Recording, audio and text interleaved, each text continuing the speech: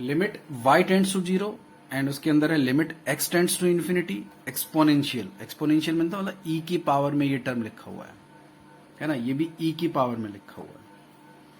तो ultimately limit y tends to zero और उसके अंदर limit x tends to infinity और ये लिखा है e की पावर में ln of 1 plus a y upon x, है ना।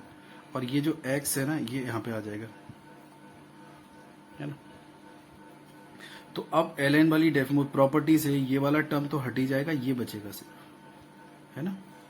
सिमिलरली यहां पे भी बोल सकते हैं। तो फाइनली बचेगा क्या, अगर इतना समझ गया हो तो limit y tends to zero, limit x tends to infinity, यहाँ पे आएगा 1 plus a y upon x की पावर में x, okay, and minus of 1 plus b y upon x की पावर में x, ओके, अपॉन y। अच्छा अब देखो यहाँ पे x इन्फिनिटी को अप्रोच कर रहा है ना, x इन्फिनिटी को अप्रोच कर रहा है तो y में तो कोई डिस्टर्बेंस होगा नहीं, तो limit y tends to zero, है ना। तो इस y को तो मैं यहाँ पे बाहर भी रख सकता हूँ और limit x tends to infinity, ये देखो जब x इन्फिनिटी की तरफ जा रहा है तो ये कहाँ जा रहा है, 1 की तरफ, और ये जा रहा है इन्फिनिटी की तरफ, ये 1 की तरफ और ये बेस और पावर इन्फिनिटी की तरफ। तो ये 1 की पावर इन्फिनिटी फॉर्म, ये भी 1 की पावर इन्फिनिटी फॉर्म, ओके। क्योंकि अभी सिर्फ x इन्फिनिटी की तरफ जा रहा है, y से कोई लेना देना नहीं है, y तो बाद में देखेंगे कि वो 0 की तरफ जा रहा है। तो अब कितना होगा ये, अगर ये 1 की पावर इन्फिनिटी फॉर्म है तो इस लिमिट को सॉल्व करके कितना आएगा, e की पावर में क्या होगा fx माइनस 1 और ये x से मल्टीप्लाई हो जाएगा तो e की पावर ay बचेगा, है ना। सिमिलरली ये e की पावर by बचेगा, देख सकते हो, क्योंकि इसमें से 1 माइनस करके कितना बचा, b y upon x into x, तो एक्स एक्स कैंसिल हो गया और ई की पावर में है सब। तो बस अब क्या हुआ, अच्छा ये तो लिमिट खत्म ही हो गया, फिर लिमिट खत्म होने के बाद ही तो आएगा ये कि ई की पावर वाई और ये, तो अब लिमिट वाई वाला बचा, limit y tends to zero e की power a y minus e की power y y upon y, है ना। अब हम स्टैंडर्ड फॉर्म यूज कर सकते हैं, limit y tends to zero e की पावर ए वाई माइनस 1 और माइनस ऑफ e की power b y minus 1 upon y. तो limit y tends to zero e की power a y minus 1 upon y a और minus e की power b y minus 1 upon y into b, okay. तो ये 1 को approach कर रहा है, ये भी 1 को अप्रोच कर रहा है, तो आंसर आ जाएगा a माइनस बी। फंक्शन दे रखा है maximum of x square, x minus 1 का whole square and 2x 1 minus x, ये 3 फंक्शन है और इन तीनों का जो मैक्सिमम होगा वो आउटपुट में आएगा, वो होगा एफ एक्स, और x लाई कर रहा है 0 से 1 के बीच में, ओके। तो अब आउटपुट में फंक्शन कैसे डिफाइन होगा, क्योंकि sometimes x square can be maximum, sometimes x minus 1 का whole square can be maximum and also 2x into 1 minus x. तो you have to check कि which one is maximum and at which interval. तो x 0 से 1 के बीच में इन तीनों function के graph बनाओ, है ना। तो y is equal to x square का ग्राफ ऐसे आएगा,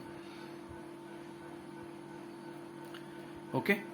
और x माइनस 1 का होल स्क्वायर, x माइनस 1 का होल स्क्वायर, यही ग्राफ 1 यूनिट शिफ्ट हो जाएगा। इसी ग्राफ को अगर मैं 1 यूनिट शिफ्ट कर दूं तो ये आ जाएगा, ओके। ये 1 है, ये 0, और इन दोनों ने ग्राफ ने एक दूसरे को कट किया इस पॉइंट पे, है ना। तो ये पॉइंट तुम चेक कर सकते हो कि x square is equal to x minus 1 का होल स्क्वायर, तो यहां से x ये हाफ आ जाएगा, तो ये हाफ है, okay. And third one is 2 times of x into 1 minus x means minus 2x x minus 1, है ना। तो ये जो फंक्शन है इसके रूट क्या है, 0 और 1, और माइनस लगा हुआ है मीन्स ग्राफ डाउनवर्ड पैराबोला होगा, है ना। तो इस तरीके से ग्राफ जा रहा होगा, ओके। अच्छा ग्राफ ऐसे होगा, मैं थोड़ा सा रफली नीचे बनाता हूं पहले। ये ग्राफ कुछ ऐसे होगा, 0 और 1, ये 0 होगा, ये 1 होगा, यानी ग्राफ यहां से निकल रहा होगा और यहां से निकल रहा होगा। अब इसकी मैक्सिमम वैल्यू 1/2 पे आ रही होगी, है ना। 1/2 पे कितना वैल्यू आएगा इसका चेक कर सकते हो, -2 इंटू 1/2 इंटू -1/2, तो 2 से 2 कैंसिल करके ये आ गया 1/2। और ये जो वैल्यू आ रही है ये आ रही है 1/4, है ना। तो ग्राफ एक्चुअली में कुछ इस तरीके से जाएगा, है ना। ये थर्ड वन वाला ग्राफ है। मैंने वैल्यू कंपेयर करना जरूरी था क्योंकि 1/2 पर इसका जो वैल्यू आ रहा है वो तो 1/2 ही आ रहा है। This is 1/4, this is 1/4, this is 1/2 and this is 0,1। Okay, अब ये तीनों ग्राफ बन चुके हैं विद इन 0 to 1 में। अब फाइंड आउट करो कि कौन सा पार्ट मैक्सिमम है। तो देखो, अब मैं 0 से 1 में अगर ग्राफ को एनालिसिस करूं 0 से 1 में, तो देखो ये वाला जो पार्ट, ये पहले ये मैक्सिमम आ रहा है ना, फिर उसके बाद ये मैक्सिमम हो गया और उसके बाद फिर ये मैक्सिमम हो गया, है ना। अब तो यही मैक्सिमम जाएगा। तो अल्टीमेटली ग्राफ जो है वो काम का वो ये है, जो रेडेड पोर्शन से मैं बना रहा हूं, ये वाला ही ग्राफ बचा हुआ, जो यही मैक्सिमम है। ओके, तो ग्राफ फंक्शन को अगर डिफाइन करना चाहो तो ऐसे कर सकते हैं कि इस पॉइंट से इस पॉइंट तक। वैसे तो क्वेश्चन में पूछा गया है, क्वेश्चन में तो ये पूछा है, लेट सपोज ये अल्फा है, लेट सपोज ये बीटा है। क्वेश्चन में तो पूछा है कि number of points at which this function is differentiable, non differentiable. कितने पॉइंट्स है जहां पे ये फंक्शन डिफरेंशिएबल है, नॉन डिफरेंशिएबल है ना, मतलब कौन सा वो पॉइंट है, कितने पॉइंट्स पर। तो नॉन डिफरेंशिएबल कितने पॉइंट पर आ रहा है। देखो ग्राफ का एक्चुअली क्या शेप रहा, ग्राफ ऐसे आ रहा था, है ना, फिर यहां से दूसरा फंक्शन ऐसे हो गया, है ना, फिर ये फंक्शन हो गया, यही तो आ रहा है ये वाला जो ग्राफ है। तो कॉर्नर क्रिएट हो गया किस पॉइंट पर, जिसमें हमने शो किया है कि ये पॉइंट अल्फा है और ये बीटा है ना, ये सो अल्फा बीटा। तो at 2 points this function is non differentiable. सिर्फ क्वेश्चन इतना है, बाकी फंक्शन डिफाइन कर सकते हो कि 0 से लेके अल्फा के बीच में ये वाला फंक्शन है, ये वाला फंक्शन कौन सा, x-1 का होल स्क्वायर, और अल्फा से बीटा के बीच में ये कौन सा हो जाएगा, ये वाला फंक्शन, और बीटा से 1 के बीच में जो फंक्शन होगा वो कौन सा है, x²। ओके, और ये पॉइंट भी निकाल सकते हो, अल्फा पॉइंट निकालोगे तो ये आ जाएगा 1/3 और बीटा पॉइंट निकालोगे तो ये आ जाएगा 2/3। रिक्वायरमेंट नहीं है क्योंकि हमें तो नंबर ऑफ पॉइंट्स बताने हैं जिसमें फंक्शन नॉन डिफरेंशिएबल है, वो तो 2 ही होगा। बाकी निकालने के लिए निकाल सकते हैं कि अल्फा 1/3, क्योंकि अल्फा किसका पॉइंट ऑफ इंटरसेक्शन है, थर्ड फंक्शन और ये वाला, ये सेकंड, और जो बीटा है वो किसका है, थर्ड एंड फर्स्ट। सिंपल। तो ग्राफ बनाकर सॉल्व करना था क्वेश्चन को, और कुछ भी नहीं। फंक्शन दे रखा है कि ग्रेटेस्ट इंटीजर के अंदर n plus p sin x, x 0 से पाई वेरी कर रहा है, and n belongs to integer and p belongs to prime number. Okay, find the number of points at which the function is non differentiable. कितने point पर ये function non differentiable है। Okay, greatest integer है, n एक integer है और p एक prime number है, और x 0 से पाई। ओके, तो जो फंक्शन है वो तो ये है कि n plus p sin x। Okay, तो ग्रेटेस्ट इंटीजर में से n ये भी इंटीजर है तो ये तो बाहर ही आ जाएगा, n plus greatest integer of p sin x, है ना। वैसे नहीं लेना चाहो भी तो भी कोई दिक्कत नहीं है, और एक्चुअली में चलो मत लो, है ना, क्योंकि n plus p sin x का मतलब क्या है कि जैसे तुम p sin x का ग्राफ बनाओ, अगर p sin x का ग्राफ बनाओ तो ऐसे आएगा 0 से पाई में, है ना, और ये वैल्यू कितना हो जाएगा, p हो जाएगा, है ना। Okay, but n plus p sin x का मतलब क्या है, फिर ये तो p sin x का ग्राफ है, but n plus p sin x क्या कह रहा है कि जैसे let suppose n positive integer है, लेट सपोज, तो वो उतने ही यूनिट ग्राफ ऊपर चला जाएगा, और n अगर नीचे, अगर नेगेटिव है तो उतने ग्राफ नीचे आ जाएगा। तो जो n है वो तो उस ग्राफ को बस ऊपर और नीचे शिफ्ट कर रहा है, उसका तो इतना रोल है बस।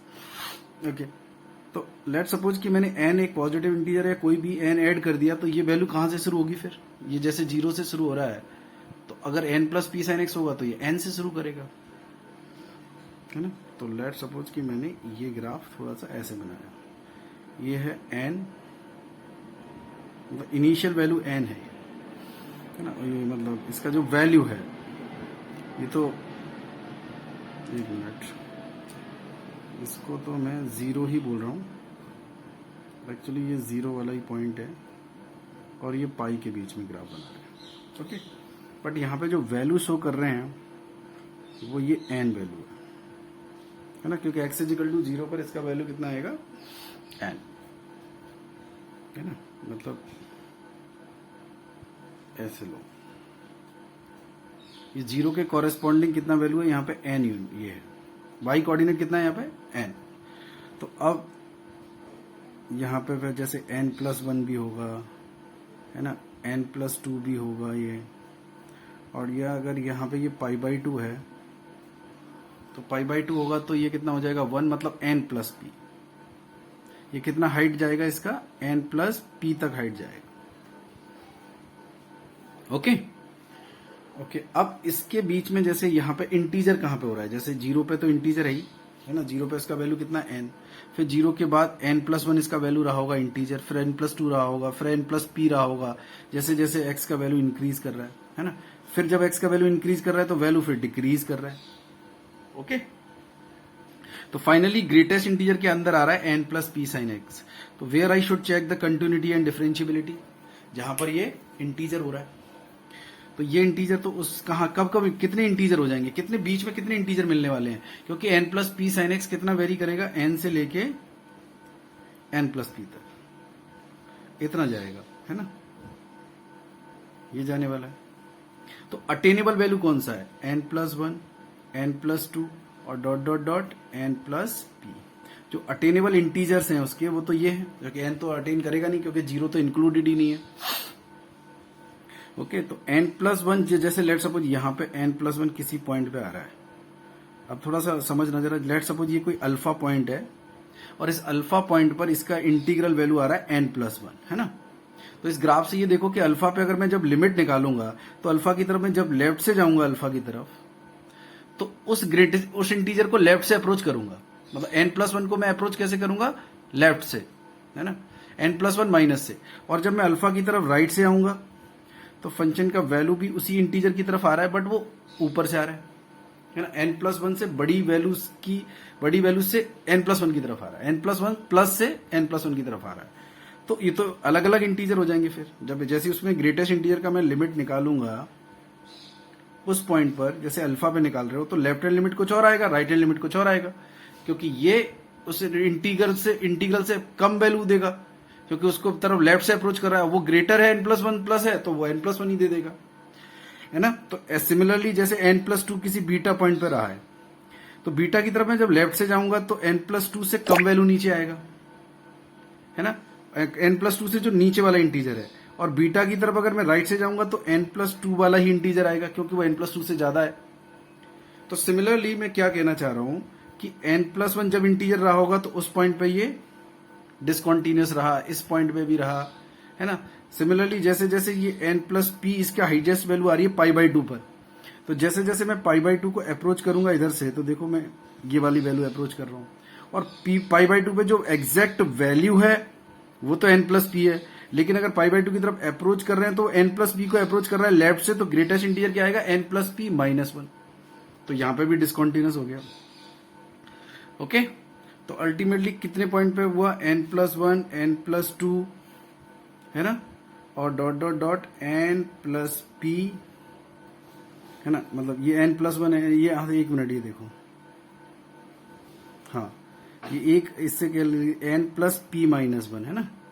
तो जब जब ये n प्लस 1 वैल्यू दे रहा है, जब जब इंटीजर n प्लस 2 दे रहा है, n प्लस पी दे रहा है, तो ये इतने पॉइंट पर नॉन डिफरेंशिएबल भी है और डिसकॉन्टिन्यूस भी है।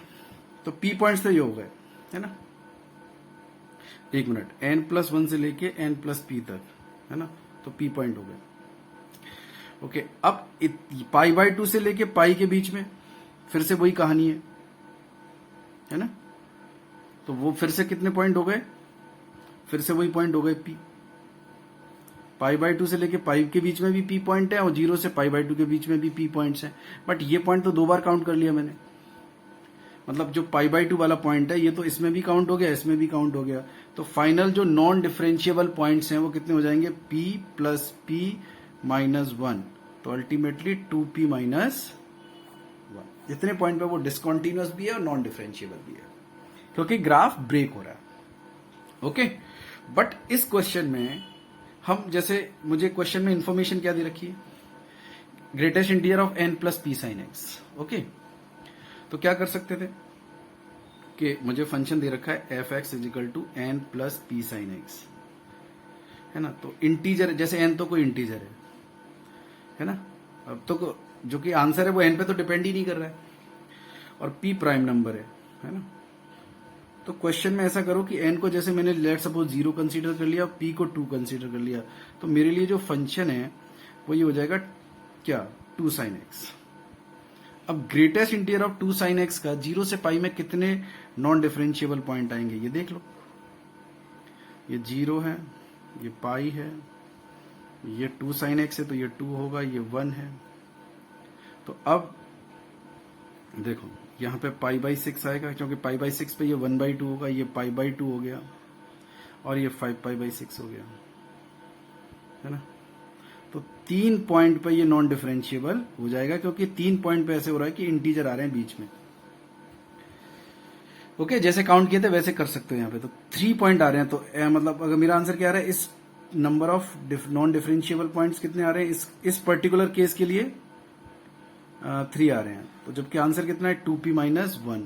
तो p का वैल्यू हमने कितना कंसीडर किया था, 2, तो 2 इंटू 4 मतलब 2 इंटू 2 माइनस 1 मतलब 3। तो ऑप्शन में जाके हम ये देख सकते हैं कि p की 2 रखने पर किस ऑप्शन में आंसर 3 आ रहा है। अच्छा, p का वैल्यू 2 ले सकते थे, 3 भी ले सकते हो। तो ऑप्शन में से जाके ये चेक कर लो कि p की किस वैल्यू के लिए कोई ऑप्शन मैच तो नहीं कर रहा है। लेट सपोज कि p इजिकल टू 2 रखने पर 2 ऑप्शन का वैल्यू 3 आ रहा है, 2 ऑप्शन का वैल्यू 3 आ रहा है, तो कंफ्यूज हो जाएंगे कि कौन सा आंसर है।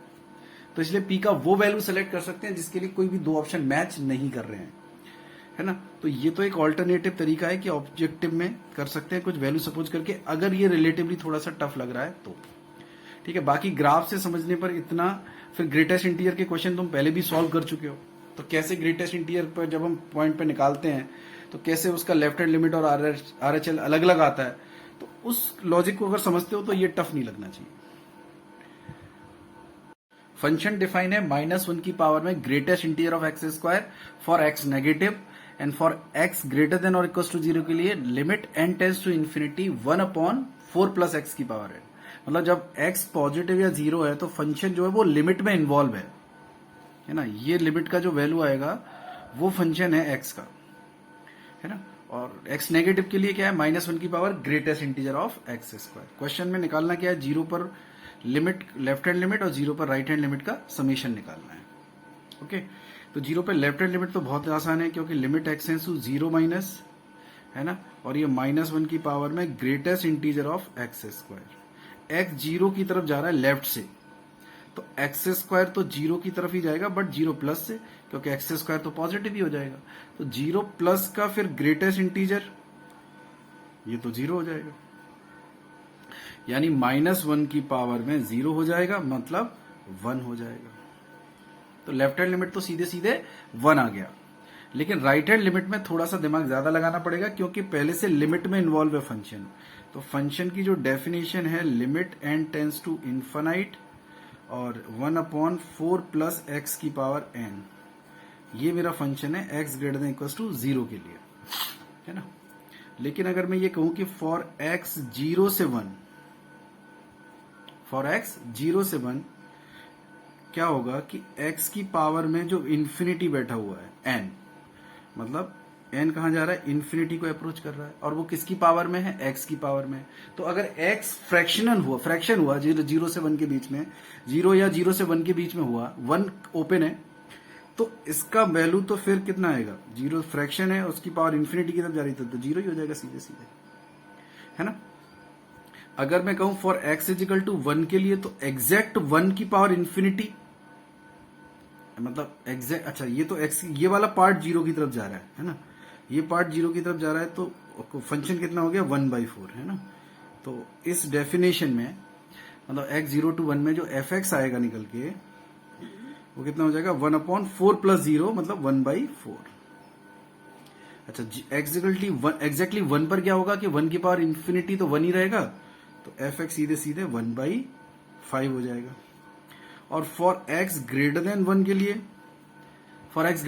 लिए, ये 1 से बड़ा है और उसकी पावर में अगर इंफिनिटी हो गया तो इंफिनिटी पे चला जाएगा, तो डिनोमिनेटर में इंफिनिटी आ जाएगा, मतलब फंक्शन हो जाएगा 0। ठीक है, इतना कोई रिक्वायरमेंट नहीं है क्वेश्चन के लिए, क्योंकि क्वेश्चन में तो सिर्फ 0+ पे लिमिट पूछा है, बट फिर भी हमने डिफाइन कर लिया। और fx, अच्छा अब लिमिट x → मैं 0+ कहूं फंक्शन का, तो 0 के बाद जो फंक्शन है वो तो 0, या 0 के बाद जो फंक्शन है 1 तक वो तो कांस्टेंट हो गया, तो 0 पे जो राइट हैंड लिमिट आएगा फंक्शन का वो सीधे सीधे 1/4 हो गया। और लेफ्ट हैंड लिमिट कितना था 1 था, 1 + 1/4 है ना 1.25, ये आंसर हो जाएगा।